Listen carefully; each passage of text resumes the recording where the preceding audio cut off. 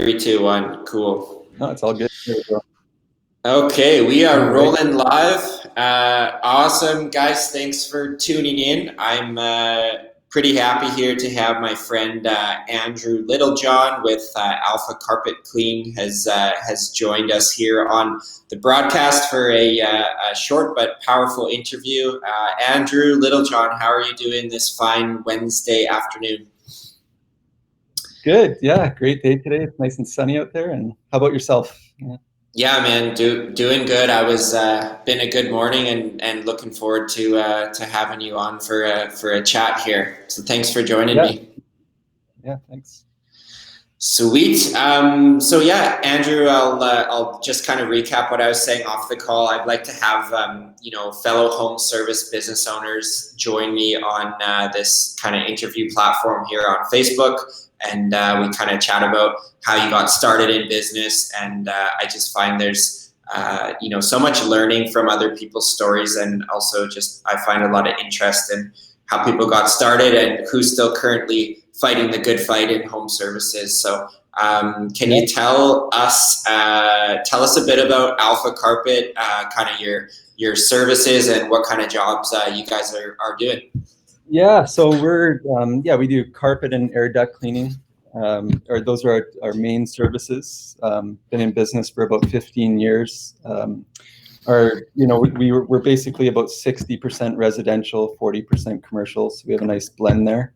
But yeah, we do anything from stratas for dryer vent cleaning and carpet cleaning to companies cleaning the air ducts, and just homeowners just cleaning their carpets, air ducts, and area rugs.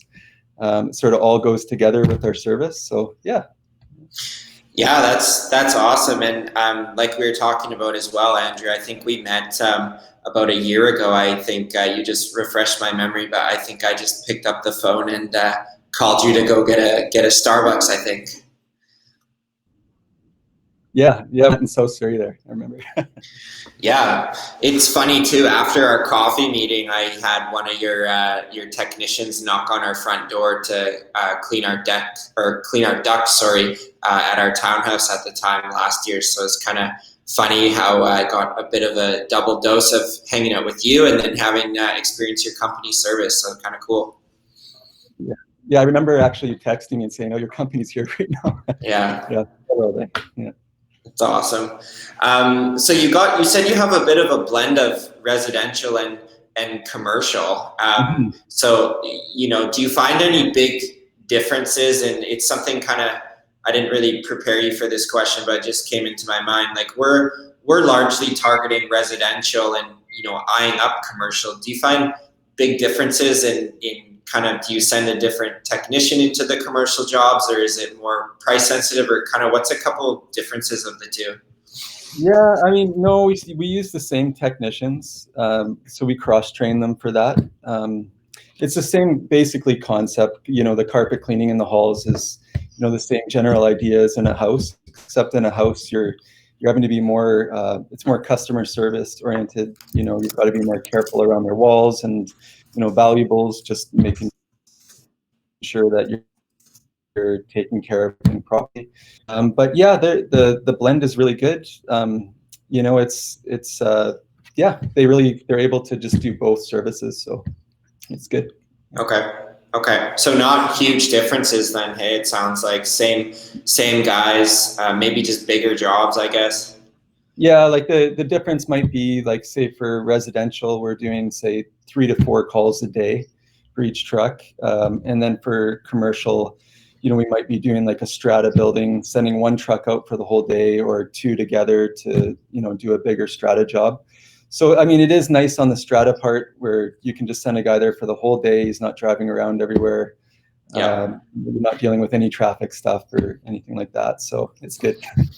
I love those bigger jobs in the schedule. I was talking to also named David, my office manager, and he was saying he loves seeing in our calendar, a job coming up that's a multi-day job, because that crew 1 will be parked there for a couple of days, and just it's nice knowing there's that revenue coming in and you're not having to always Tetris the schedule as much.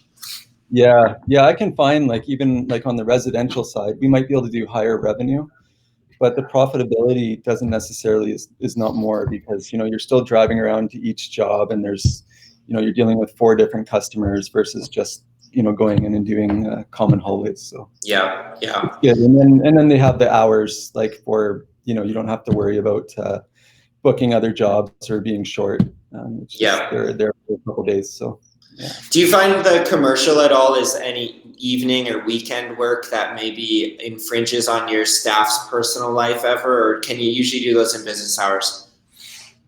Most of it's business hours. We Okay. used to do more like restaurants and things like that. We don't do as much of that anymore. So yeah, generally it's not very often that we would do an after hours call. Okay.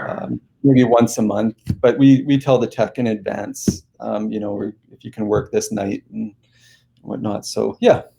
Okay. I know our guys really don't like the evening work or weekend work. We try probably similar cadence to what you have. It's more of an occasion than anything. Yeah, is it for you? Is it every like do you have? Is it every month you're doing night stuff, or is it? Yeah, I mostly more Saturday stuff is what we find comes up, or say we have a commercial business park that has lots of cars in and out, and they can only do a Saturday. Then we'll really twist our guys' arms to get them there Saturday. But we're mostly Right. Monday to Friday, so it's like I Oh, guess that's it's good. good both ways. Yeah, Yeah, we work Monday to Saturday. We never work Sundays, and normally not yeah. after 5. But yeah, we've always got at least 1 or 2 trucks going on Saturday. So yeah. Okay. Awesome, man. So let's get into your story a little bit. How did you, two Sure. questions. How did you get into carpet cleaning? Did you write that as your goal in grade 1, what you want to do when you grow up? I know I certainly didn't write I wanted to be in pressure washing, but here I am. And 2, how did you learn these skills to run the business? Business school, or did you just learn them? Yeah, I mean, from when I was young, I always loved business. Like, I remember, being 6 or 7 years old, and we'd chip wood chips, and then I would go around to the neighbors' doors, and I'd sell it for $1.50 for fire, to Nice. start a fire for their fireplaces. So it's always been in my blood. I started the business about 15 years ago, and basically I was working for my dad at the time. He owned a matting business, and we would install commercial entrance mats all over the U.S. and Canada. And so I would do the installs as well as build the system. They were like big systems for like a big hotel or stuff like that. And so I would build them, and sometimes they'd come in, they were dirty, and so we'd have to clean them and restore them. And around that time, I had bought an apartment, and I needed to clean the carpets. So I borrowed the portable, took it to my place, cleaned the carpets, and I thought maybe I should do this on the side. So I just thought, how can I get business? So I just put up a notice in our building, and I started to get a job once or twice a week. I seriously didn't know what I was doing at all. I was just reading about it, and I go to Home Depot and read about the products and stuff like that.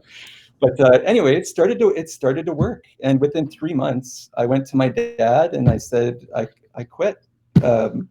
And he's like, "Don't quit." It's like, you need to keep working for me to make enough money to support yourself. And but no, I just went into it. It was tough for 6 months. Not a lot of business, but then finally I landed a commercial contract that was about 400 apartments.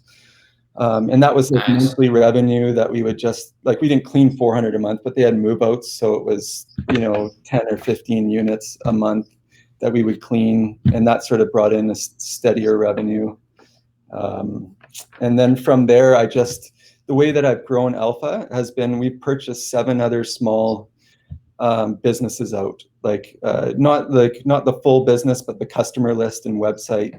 And so I've really gotten to know my competitors, and that's part of our biggest growth. So. Man, I didn't know so much of what you just said. I mean, I didn't know you took over 7 other local businesses. You're a blue whale swallowing people up.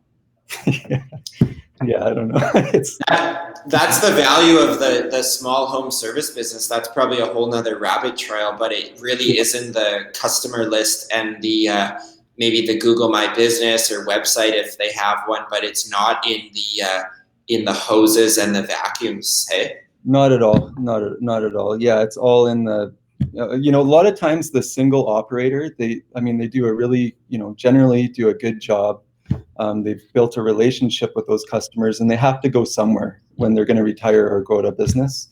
So it's just been it's been it's what most of the time. Probably one of the businesses we bought didn't work out as well as we thought it would, but it still worked out. Like, it was still worth it to do it. So. Yeah. And off the call, can you just share with some of the viewers, I think we were talking how, just picking up the phone or emailing a contact, relationship building, because I know you're good at that. Can you share maybe how that has contributed? Because I'm guessing these 7 solopreneurs don't just approach you, hey, can you buy my business? Yeah, no, I'll get to know almost all of our competitors. I'll go have coffee, lunch with them. Yes. And, within so many years, somebody will sell, and I'll be there and make an offer. But yeah, I love like that part of the business. That's probably one of my biggest strengths is, building a relationship with a company like yours, right? Building a relationship there and working together on things. I don't necessarily go out and speak in public and go to like all the chamber meetings and all those. It hasn't really been my strategy. It's been more like which companies would be the right fit to work with or buy. And that's sort of how I've built the core business.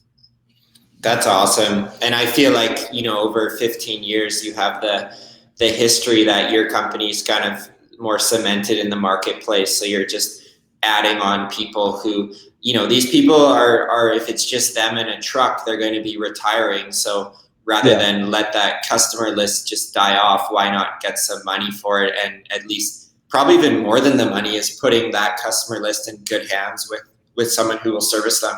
Yeah. And we've also had, with 3 of them, we've had the owner, like one of the owners worked for us for 1.5 years, another worked for us for 1 year. So we were able to, I was able to pay him more than he was making for his own company, because we were able to like just, have a system where the scheduling was better, raising our prices to be, competitive in the market, but healthy for profit. Yeah. So it really worked out that way. So. Do you find, $1 million question, do you find these solopreneurs would be better just working for a bigger company and paid fairly and not have all this stress in evenings, weekends? Like, do you think there's too many people suffering an entrepreneurial seizure, to borrow Gerber's words? Yeah, honestly, I think it's not for everyone, like to work for a company. But I honestly think that most of the ones that we bought would have been way better. They would have probably made $20,000 more a year just working for somebody. And the schedules can be more structured too. Like, they can be more like Monday to Friday, because of there's a lot of systems that we still have to put in place. I'm not all there yet, but we do have a system that, that works well, and it helps protect their time. And it's just a win. I find it's a win-win situation. I've even had a few that have left to try their own companies, and I've supported them and said, go for it. And they've come back after, and it just didn't work out. But there's a lot of guys that it will work out for. It's not everybody, but I just think that depending on the type of personality, it's not always the right thing to be like, I'm an entrepreneur. Like, you have to really know yourself. It's very up and down. Yeah, man. It's a roller coaster every day, every week. And I think as the entrepreneur, you really need to be good at a lot of things. But I think if you could boil it down, you need strong financial, like accounting, like rock solid on your numbers, which I think that disqualifies a lot of solopreneurs right away, because they're thinking, oh, if I'm getting $40 an hour for my time, I must be killing it. You know, maybe I could only make 25 as a lead somewhere else, but what they don't see is all the back end that they're actually working for, you know, $5 an hour. So yeah, I think knowing the numbers is so big, and then I think getting off the truck like as soon as you can, like relatively that you still know the skills, but I think freeing yourself up to actually run the business, work on the business, design it is kind of like step two. But it's neither of these things are easy to do. Yeah, no, it's true. I mean, that's honestly how I learned how to do this business. Was I remember, like, you know, knocking on doors, and I'd knock on a commercial building, and I got the job. I'm like, oh, it's going to be $500, but now we would probably charge $1,500 or $1,800 for the same job. And I'm like, wow, we made, you know, and I was slower. I didn't have the right equipment when I first started. I'm like, I looked at the job after, I'm like, wow, I made $9 an hour. Yeah. Like, this isn't going to work. So yeah, those are the best experiences later on, not at the time, but yeah. So It's so good, man. One thing we always, or not always, but I try to remind the team is that there's no mistakes, there's only learning. And so, like, we're only 4 years old, but we mess stuff up every single week. That's just like, okay, like, let's get a system around that so we don't send the crew out for a job that's underbid. How can we change that? And we're constantly tweaking things and making them better and learning from our mistakes. Oh, that's awesome. Yeah, you've got a great company there. Yeah, it's been a fun ride so far. We're moving slow through these questions, but well, I'll ask you a few more. This is good. So how one other point entrepreneur level is, like, you know, how do we keep our services from getting commoditized? So, you know, what a roll of toilet paper costs at Walmart or Superstore. How do you get those people that are just looking for cheap price? So how do we keep those people away? And what does your brand do? How are you different? So, you know, we always say, if you're, you know, buying, is a loaf of bread, or is there one that's gluten-free and organic and is special packaged and more value? So how do you create more value? How is Alpha different from the, you know, Craigslist deal? Yeah, I mean, we really, like, I mean, it's fairly simple. You know, we give really good customer service. You know, our pricing, we're not the cheapest. We've raised our prices, but we give value for it. So I don't just raise the price just because I want to raise the price and charge more. There's a reason behind it. Just to, like, how can we give more value to the customer? So, like, we have our minimum charge is, it could be like from a, you know, not all the bigger companies, but some of the smaller guys, it could be double. Like, our minimum could be double what somebody else's is, but we're giving really good value. When you hire us, it's going to be a really good job, and if we make a mistake, we'll fix it. Like, no matter what the cost is, we fix our mistakes. So, and they happen, right? It's having a service business. You know, we could be dealing with 12 to 16 jobs in a day. And we've got to make sure that that we're taking care of that. So, you know, and just general stuff, you know, like protecting their walls and their floors, putting corner guards down and drop sheets. And I know that's really simple, but if you add everything together, it does really separate you in that way.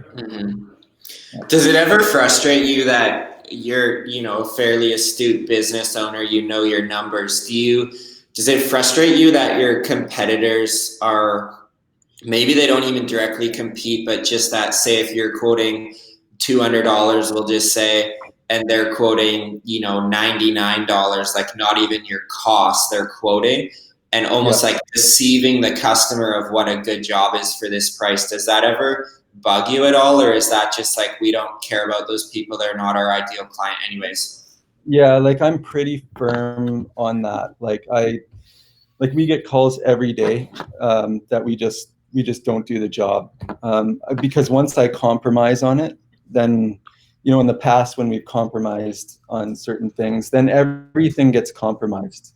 Quality goes down. You know, we don't feel good about doing the job because it's not all about money, but if you're not making money, you're not able to covers and do everything. So yeah, I I don't know. It's it doesn't. These competitors don't. It doesn't bother me too much, but I don't pay much attention to it. And the pricing in the industry, I look at a few of the bigger guys. What are their pricing? Where's that at? But I still don't base it all on them. I just base it on what are my costs and how do I want to run it. And if it works for the customer, like there's a lot of people looking for quality that are really tired of just getting a crappy job. So I think just doing that, it works. So. We like to say on the phone with those people is the lowest price the most important thing with this job? And some people are like, yes, it is. Like, I'm on this budget, and like that's okay. But there's other things of like, oh, maybe we want the crew to show up on time. Maybe you want to have a nice nice typed out proposal. Maybe you want to be able to pay by credit card. Or maybe you want to see a wrap truck and know your family's safe when the technician comes in.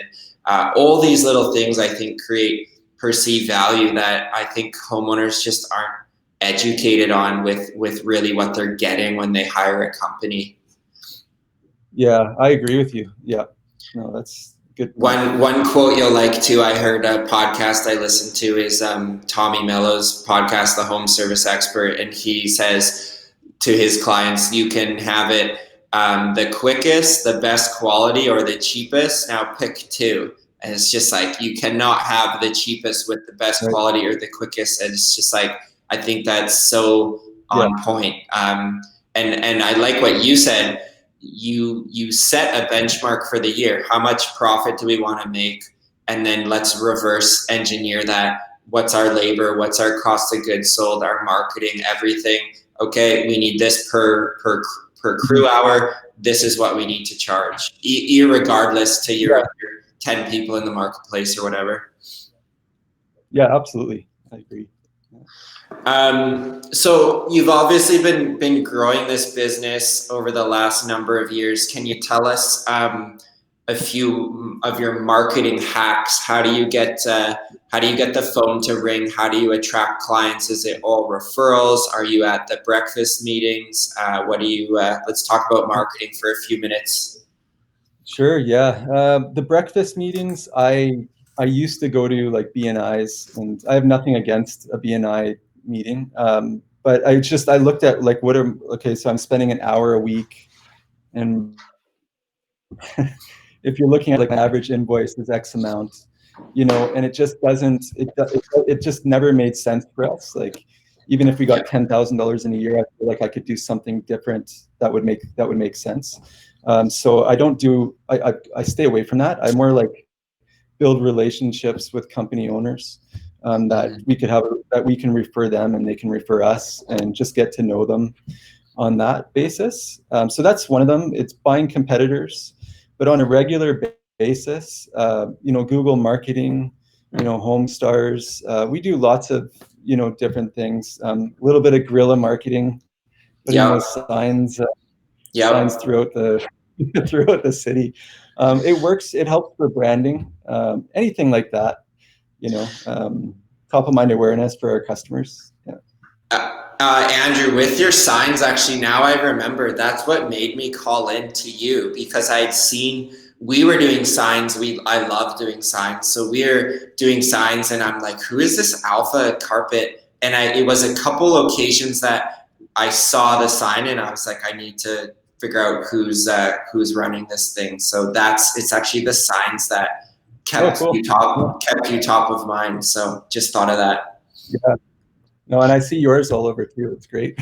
Yeah, they work really good. I think what you said too, you don't want to build your entire marketing campaign around signs, but I think they do, supplement your other kind of core marketing. I think the root of it, though, is what you said, is just that relationship building with other service business owners, for sure.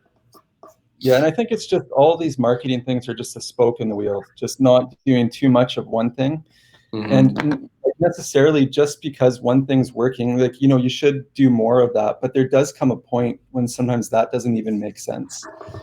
So I find just having different things that we're doing just really works. Like Consumer Choice Awards, we won that the last couple of years, and that's just good for credibility. And can I narrow it down to say we've gotten like this much business from it? Not really, but it's good for credibility. So yeah, that's good. And I see you guys on Home Stars too. Like I think the residential side probably loves to see all your reviews there. I think that just adds to like the legitimacy of the brand that you have. Yeah. No, so if someone was like brand new starting in home services, what's kind of the one or two marketing things you would say to do like that have worked for you? I would say have working capital, for a few months to make sure so you're not stressed out, because that will lead to less sales. And I would say that, creating a budget that's realistic, putting so much like Google Ads. I mean, it's something that I really believe that even a single operator should be doing to a degree. And the rest of your time, doing signs and then just knocking on doors. Like I remember I was at this dinner, and I got to meet the CEO of he was the prior CEO of ServiceMaster. They were like a $7 billion company. And I went up to him and I'm like, hey, how are you doing? Yeah. I got like 2 minutes with him, and he was asking me about the business. And I said, how do what are you guys doing? And he says, how he grew it? It was knocking on doors. Wow. Like just basically building relationships. Yeah. One of their number one sources. So it really intrigued me to pursue that. Yeah, it's my philosophy when you're in startup mode, going zero to however much in sales. I think spending your 80% of your time in revenue generating activities. So that's not cleaning the carpets or cleaning the gutters or changing your oil on the van or, all these other little tasks that need to get done. You need to find a way to build a team to support you with that. Because I have friends who own similar businesses to mine that they spend all their time in the non-revenue generating, where I go 80-20 everything in life. So I think today 80%, what can I do to drive business, create relationships, build and grow? And I think that's how companies can grow. And obviously every day is not like that, because this thing rings so much with problems and whatever to deal with. So and I look back on the years that we didn't grow. Those were the years that you get into a track of servicing trucks and doing stuff that's just that you should be hiring somebody to do, and focusing on sales. And when we would focus on sales, we would grow a little bit. So yeah, that's awesome.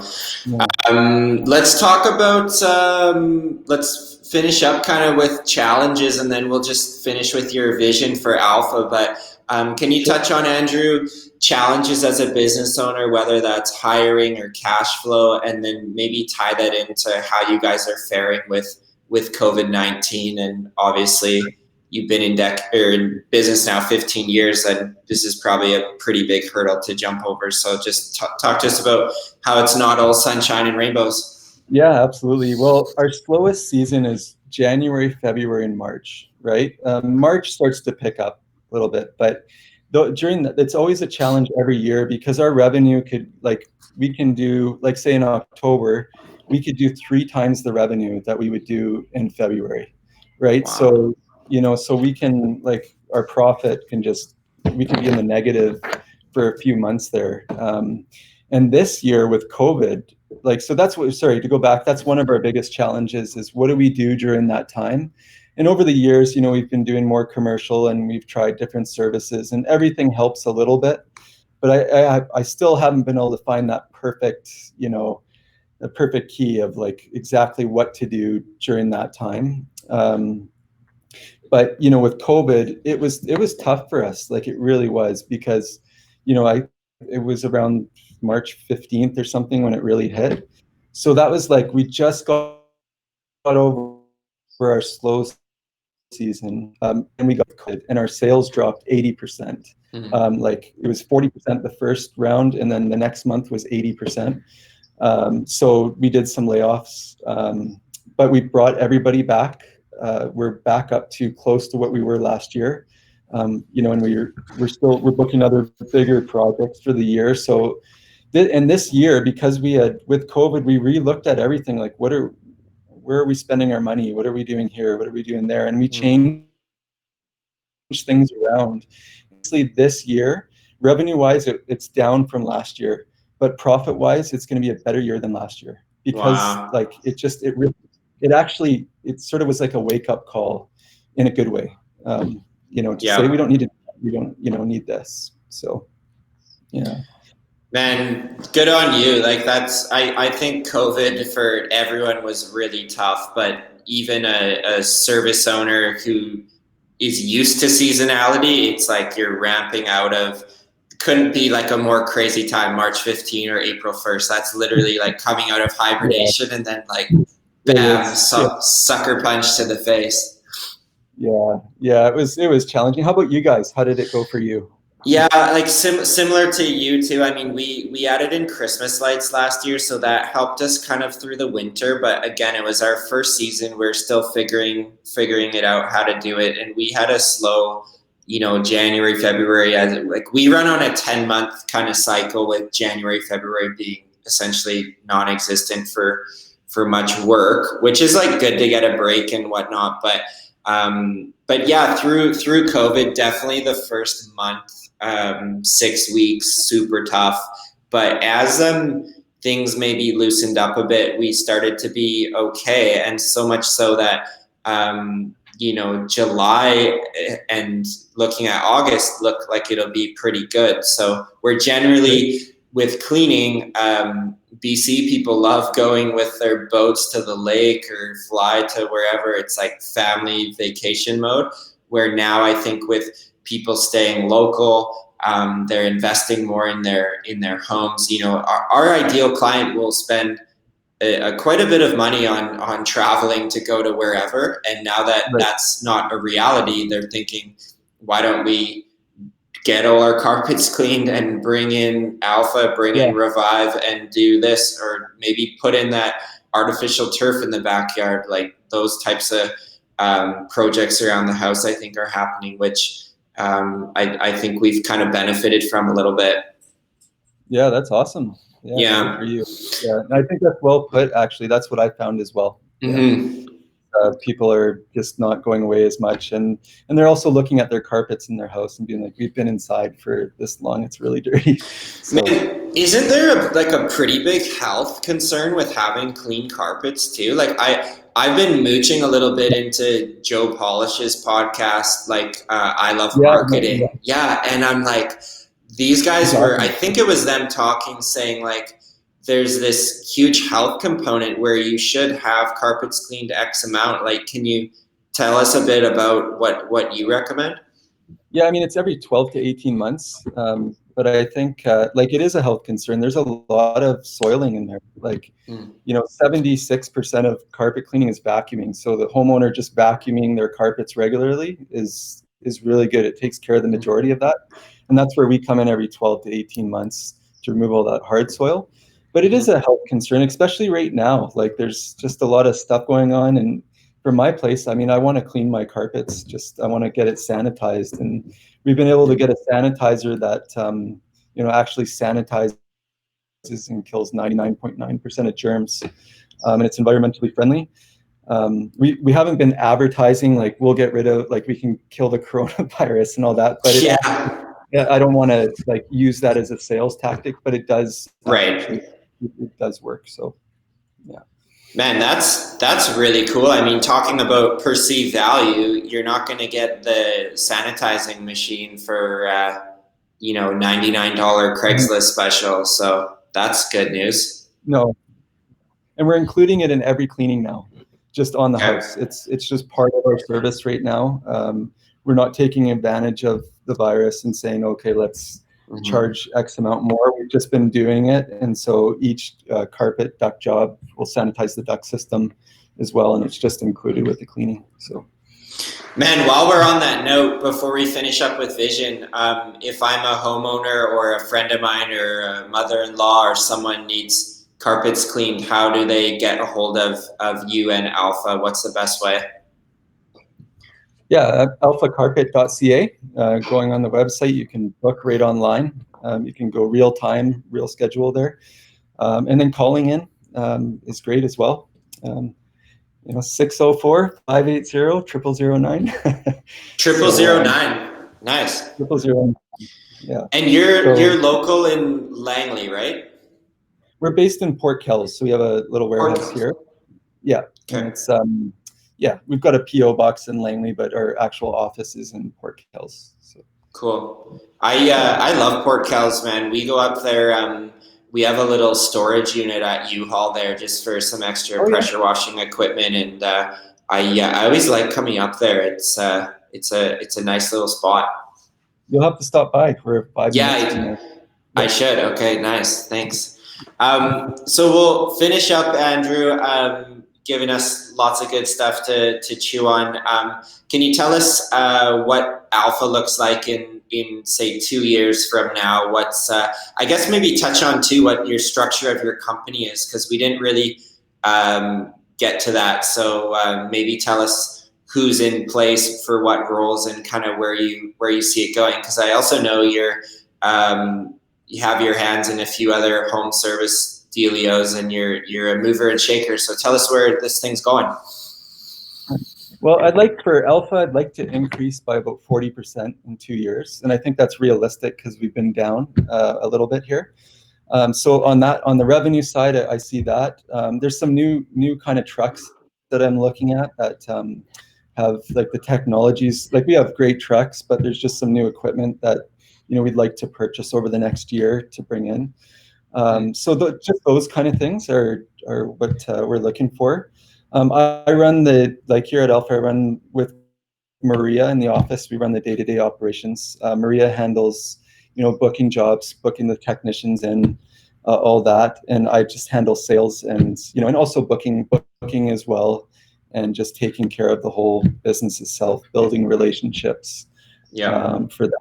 And then I've also got another service business in the US that takes my time while I'm at Alpha. So. Okay.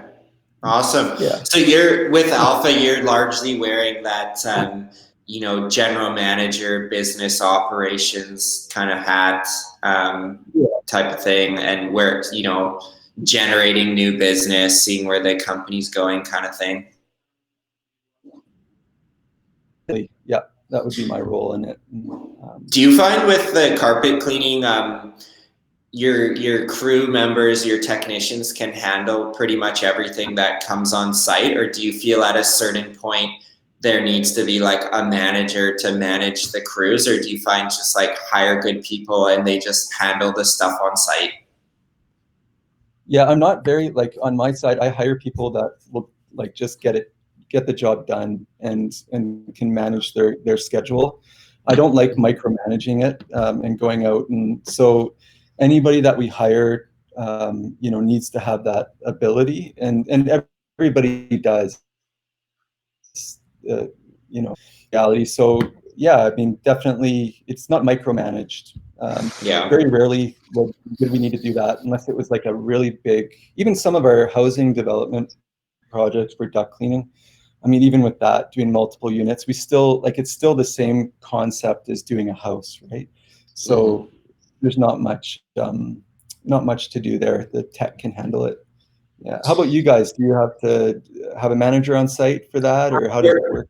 We're trying to kind of figure that out. I mean, right now we've largely put speaking to your prior point of our team, almost half of our team has experience running their own business or managing like a business similar to ours, like in home services. So I think our guys, tend to have the thing I like when people have had their own business, they know how to talk to people, and they just get it.